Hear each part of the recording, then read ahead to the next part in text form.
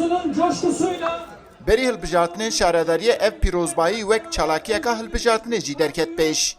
Di pîrozbayiyê de namzedên Dem Partiyê Öztürk Türkdoğan aqaftinek kir û peyama Gülten Kişanak jî hate xwendin.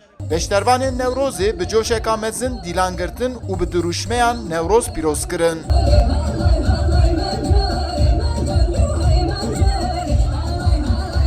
Nevroz ji bo gelê Kurd tiştek zaf başe. Eva eyda me ye.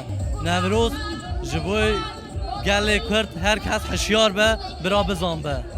Nevroz pîroz be. Em hatine Nevroza xwe kutlamış kin, roja xwe pîroz kin.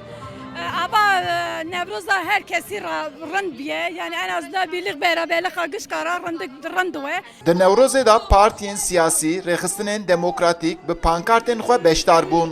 Jin û mêr jî di pîrozbayiyê de cilûbergên rengîn li xwe kirin. Qada Newrozê bi govend û dîlana bû wek festîvaleka rengîn.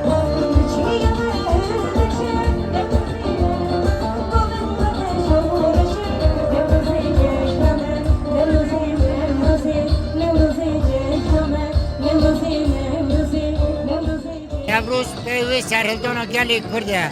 Her bicî Nevroza gelê Kurd tevi pîroz we. Nevroz xweş e. Em hatin semca kutlamış kin. Nevroza gelê Kurd hemû pîroz be.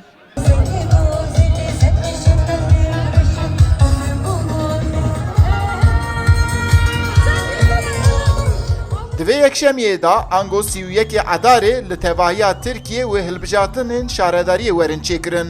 Pîrozbahiya Newrozê jî li Enqerê wek mîtîngeka mezin derket holê. Eyüp Demir, Dengê Amerîka, Enqere.